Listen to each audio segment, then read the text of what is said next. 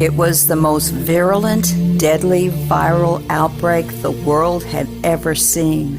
When the affliction began to finally relent, 2/3 of the planet's population, 4.2 billion people, were gone.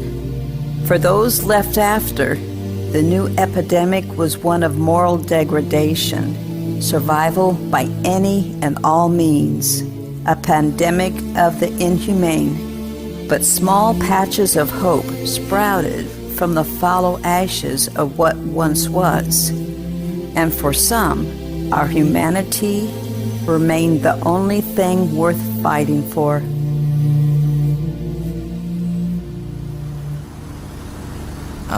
Wheeler, is there any way you can drive this thing quieter? Oh, what's the matter, Katie Bear? Got yourself a little hungover? All that drinking and partying with the girls catching up to you, huh? We weren't partying. It just, I don't know, just letting off some steam. Right. You know, I'm a bit surprised you agreed to come along. I figured you'd want to stay hunkered in your bunk in the dark with an ice pack on your head. I needed to get out. Things are just a lot right now. I really don't want to deal with any of it. Hence the drunken debauchery. That's not what it was. Well, I'm truly shocked. I never could have imagined you to be such a booze hound. I mean, really, how do you live with the shame? Yeah, Cohen's still trying to clean off all the recycled Pinot you hurled. Hey, I'm the victim here, and it wasn't Pinot. Yeah, you really look like a victim as you were projectile vomiting all over Cohen. I was tricked. Taken against my will. Casey threatened me. Casey threatens everyone, Kate. She threatened me just before we left. She threatened me at breakfast. Are you sure she wasn't just flirting with you too? I'm just hurt that you didn't think of your testosterone-burdened friends. I mean, I can totally respect you girls wanting to go out and whoop it up, but you could have at least brought something back for your bros. I didn't know. Oh, my head. Can't you guys be nice and give me a little sympathy here? Yeah, all right. We're just giving you a hard time. So, tell you what I want, what I really, really want. So tell me what you want, what you really, really want. Jamie's right. You guys suck so hard. Sorry, sweetheart. You paid your ticket. Now you gotta ride the ride. Amen, brother. I hate you both so much right now. Where are we going anyway? Fox didn't tell me. Calhoun's place. Oh, we were supposed to hear from him about a week ago. When we tried to reach him, he didn't answer. Cohen suggested maybe he's just been really busy and could use a few extra hands. And Fox agreed. Wait, Fox and Cohen are getting along? Finally, a little good news. Oh, don't open the champagne just yet.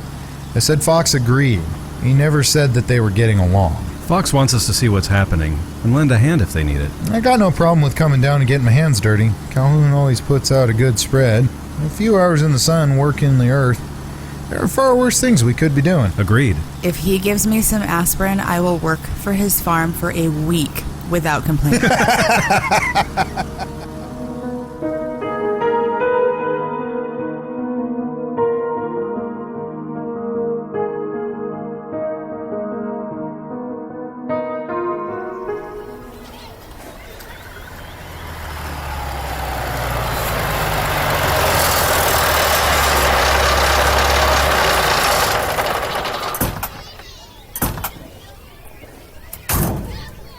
Something's different here. Okay, I know it's been a while since I've been down here, but I'm almost positive he didn't have this many people working for him. Maybe we should find Calhoun and he can tell us what's going on. I second that.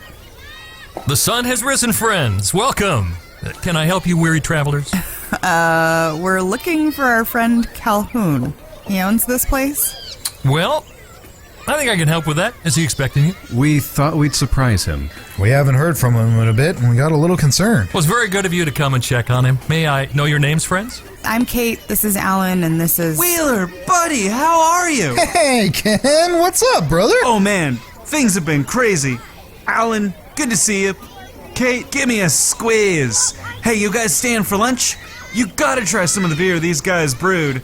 It's It's beyond amazing. Oh, no thanks. Of course. Why do you think I brought my work gloves?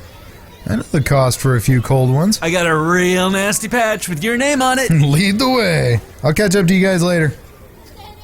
Well, you don't see a lot of that these days. Someone so eager to get out into the field, and get their hands dirty. Especially not without the promise of compensation. After everything we've been through. It's good to see that sort of thing. He'll be plenty compensated later tonight. Seriously, you can get Wheeler to do almost anything for a few beers.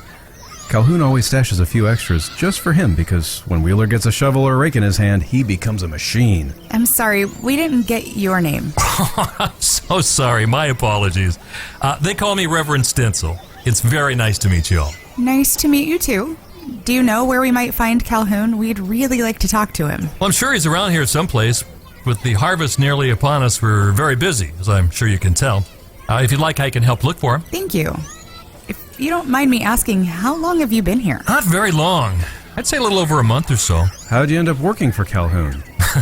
We don't work for Mr. Calhoun. It's more of a partnership. Oh, I didn't mean to offend you. No. No offense was taken.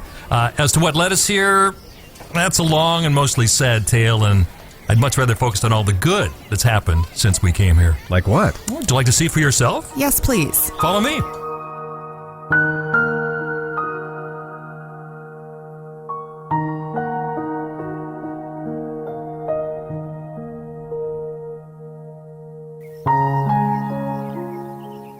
And thankfully, that's where our path was revealed. It took a little convincing, but eventually Mr. Calhoun saw the benefit of letting us stay, and he's been most gracious and helpful. Yeah, that's Calhoun, all right. That guy is generous to a fault. He always had our back when we needed help, so long as we were willing to work the land a bit. I can understand that. Working a farm like this is way too much for just one man. And to be completely honest, we're kind of grateful for the work. For a lot of us, it's helped give us back a sense of purpose, restored our self-worth. Some of my people were content to just wait for death to come find them, and now, well, it's like we've all been given a second chance at life, and we're all committed to being better. What's all this? We're building small houses. Mr. Calhoun's house is much too small for all of us, obviously, and our tents won't offer much protection from the weather in the coming months. So we came up with this idea, the idea to come up with a design that's easy to put together and quick to build, but would stand up to the elements. And we're having more than a few problems, though. Unfortunately, no one around here seems to be good at basic architecture, but I have every faith that we'll find a solution soon. I might be able to help with that. I worked in the city planner's office before the fall, and before that I was in construction. I could help design something for you if you'd like. Whoa, that would be very appreciated. Thank you. John? This is John. He's in charge of this project. John, I'd like you to meet... Alan. Yes, Alan. Worked in construction and he's offered to help us with our cabins. Please give him whatever he needs. Absolutely, Reverend. Why don't you come with me, Alan? I'll show you what we're hoping to accomplish. Will you be all right? Yeah, I'm fine. I'll come find you in a bit. Okay. Thank you again, my friend. Isn't it amazing? Once again, he provides just what we need, right when we need it. Yeah, if only everything was that simple. Forgive me if I'm overstepping here, but you seem like something's bothering you. It's nothing. I'm just a bit hungover. That makes sense. Beg your pardon? Sorry, it's just that you've been this side of irritable, and you're clearly bothered by the sunlight. So either you're hungover or slowly becoming a vampire. And if that's the case, I should warn you, we're growing garlic. No, definitely not a vampire. I like garlic way too much. No, I've kind of been down lately, and my friends felt a night out would lift my spirits, and it worked, for a little while anyway. Well, alcohol only works on the symptoms of what ails us. It doesn't treat the real cause of our pain. Would you care to go inside? Maybe getting out of the bright sunlight will help, and we can get some water maybe as well. Getting hydrated will help a lot. Thank you. Actually, that would be wonderful. And you're right, I know alcohol doesn't really fix the problem, but it was nice not to think about things for just a little bit. Believe me, I understand. But no matter how far you try to run from your problems, they always find you. Maybe it's time to face them head on. I'm actually a pretty good listener. I'm sure you are, and please don't take this wrong, but we just met, and I'm not really in the habit of sharing with complete strangers. No, I understand. I haven't earned your trust yet. Exactly.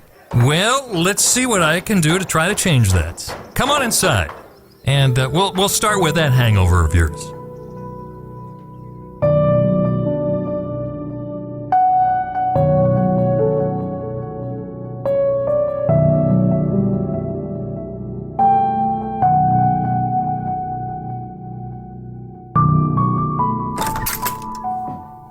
Go on, have a seat, and I'll get you that water. You know, I'd also have a couple of aspirin here. May I ask you where you and your friends are from? Up in North Portland, we've got our own little community there. We've been developing good relationships with other places like this since the fall. Some are pretty strong and others are tenuous at the best of times. But we make it work, trading for food and other things. Actually, Calhoun was supposed to have some fresh food for us, which is part of why we came here. Well, I'm sure it just slipped his mind with everything happening. He's had a lot on his plate. Here's some water. I found that aspirin. Hope it helps. Oh, thank you. We've heard a lot of things about North Portland. Nasty business up that way. I bet you've got a few stories to tell. Yeah, one or two. Is it still infested with the, what were they being called? Ghouls? That's it. Never cared for that name myself. We call them the Lost. And no, they've been dying out. We actually haven't seen one in almost a year, I think. But there have been plenty of other things to keep us on our toes, unfortunately. You lost someone? Everyone's lost someone. Yes, we have. But you lost someone recently. Am I right? No, I really don't want to talk about it. Because you don't trust me? I just... No, I get it.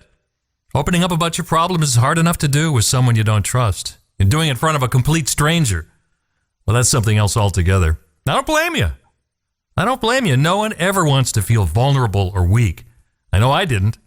When my wife got sick, I didn't have anyone that I could talk to.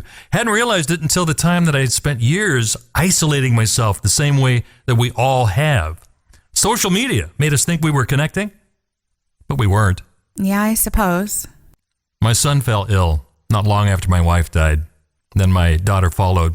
All the time I had this horrible black seed of hate forming in my belly. I was so angry at the world for taking my family, and I didn't have anyone who I could talk to about it.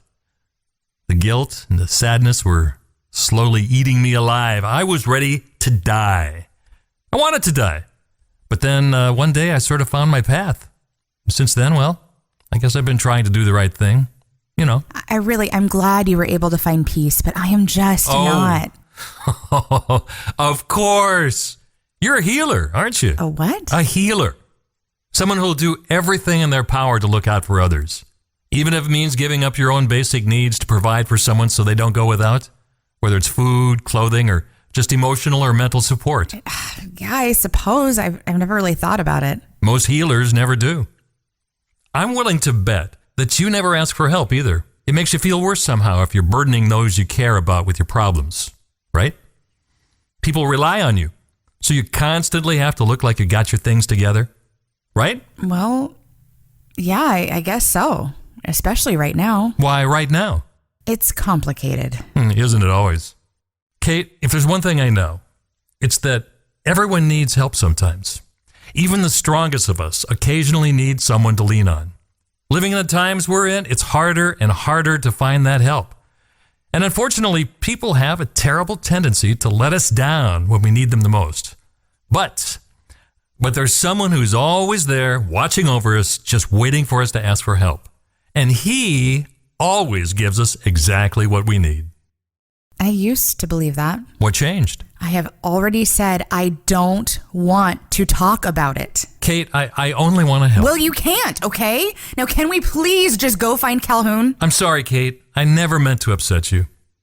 I'll take you to Mr. Calhoun. Would you mind? I'm sorry, but I just have to know who it was you lost. What? I'm guessing it was someone very close. A boyfriend, or was it your husband? I didn't lose anyone. I did something, okay? Something I am not proud of. I see. You hurt someone. Someone you care about? Reverend, I have told you 3 times now that I don't want to talk about it. There is nothing that you or anyone else can do to fix it, and frankly, I am starting to... Get angry? Good! That's good, Kate. Get angry. Scream! Break something if you feel like you have to. Just don't keep that anger inside. Let it out! Do whatever it is you have to do to exercise that anger. Because so long as you hold on to it, you're never going to be able to face what you did and come to terms with your failings. My failings? What are you talking about? Kate, we've all done things we're not proud of, especially after the fall. We've all had to do things in order to survive. Look at what the world's become. Those of us who survived the virus are barely living. We're surrounded by people who can barely be called human anymore. Crazed beasts who would prey on anyone they believe might have something they want, and they'll commit unspeakable acts to get what they want. And how do we respond? With more violence. It's a vicious cycle that needs breaking. The world needs healing, Kate. And it needs people like you to help to do that. And maybe that's why you've come here, so I could help heal the healer. I killed someone. It was self-defense. I swear, I thought he was going to kill me. He kept telling me he was going to kill me, and that girl, I can't even imagine how terrible. You should have seen what he did to her, and I couldn't save her, and I couldn't, and I didn't want to. Kate, it's all right. I'm not here to judge you. It's just as I've said, you're alive, and that means there's a plan for you. You're here. So whatever he has in mind for you hasn't happened yet. You should take comfort in that. How am I supposed to take comfort? Don't you understand? I was a good person. I've never had to kill someone. Never. I've shot at people before, but I've never tried to kill them, and he wasn't even armed. He was on his knees, and I keep seeing his face in my head. I could have just left. I could have, I don't know. But he kept talking and telling me how weak I was and what he was going to do, and I kept praying for God to help me. And then I just pulled the trigger? Yes, I shot him. I shot him until the gun was empty, and then I just stood there. I couldn't move. I could barely breathe.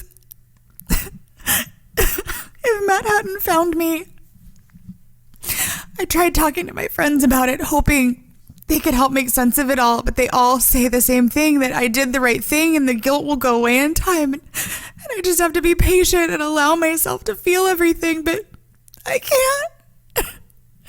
It's too much. It's killing me. I can't sleep and I can barely eat, and I just want to know why. Why didn't God stop me from pulling the trigger? It was a test. What? He laid out a test for you, Kate, and I'm sorry to say that you failed it. But that's all right. He never expects us to get it right the first time. What do you mean? Life is full of these little moments where we're given a choice in how we act. Now, like I've said before, you're a healer, and a healer does their best to never cause harm. And that's why you're being eaten up by your guilt. You know in your heart that there was another way, even if it wasn't the most obvious at the time. You just know that you made the wrong choice. But that choice led you here. Why? I'm not sure. That's for you to discover. Maybe it's understanding. Maybe it's peace. Whatever it is, I'd be honored to help you on your journey. There's a saying that I'm fond of, something that I always remember when I'm not sure what I'm supposed to do next. And I think it might apply here to you. He who began good work in you will carry it on to completion. So the question is, are you ready to be shown your path, Kate?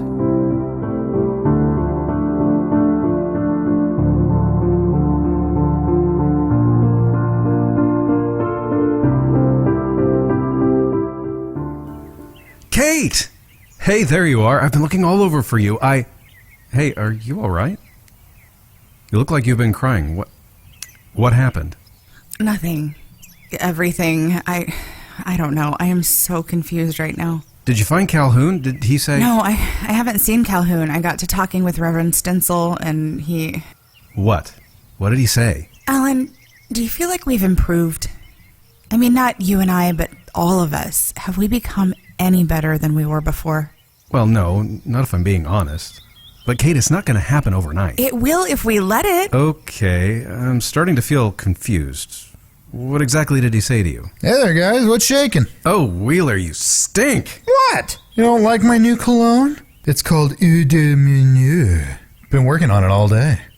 Met some real nice people, too. Calhoun got real lucky with this lot. Have you seen Calhoun? No, but Ken said he and some others were working to bring in a big herd of cattle from the south, and that it might be gone for a few more days. There's a lot of work to get done around here. Did you guys hear about the cabins they're building? I worked on them. I'm actually a little jealous, too. They're going to be a lot more comfortable than the storage units we live in now. No kidding. And they'll be able to get out in the open every day and work like real human beings. There's something for you here. What? I think we need to stay. We need to stay and help them. I'm not opposed to it, but don't we need to report back to Fox? He's going to want to know what's going on down here. Fine, yeah. We'll go back and tell him what we found, but then I think we should come back and help. Fox won't argue. He'll know that Calhoun will compensate us with loads of food, especially if he's going to be getting more cattle. Who wouldn't like a few steaks grilled up to perfection? Right? And frankly, I don't think we've been doing enough. We keep saying that we want to make a better world, but what have we really done to accomplish that? We should have come together to help... We should have come together and helped to keep things going after the fall, but instead we looted and destroyed everything, and look at us now. We've got no purpose, nothing to strive for except this abstract idea of what better could be. But look around. These people, they've got purpose. They're actually doing what we always talk about doing. They're actually building a better world starting right here. I actually can't argue that. And I'll admit that helping them with those cabins was oddly liberating. I felt like I had a purpose again. And look at Wheeler. He loves working with his hands. I'd bet even if Calhoun didn't offer beer as a reward, he'd still get out there and work the land. He's actually really happy when he comes out here. Yeah, the beer helps, though. So why are we okay huddling in some cramped storage building when we should be out here like this? I don't know. Neither do I. Maybe by helping these people, it might help us.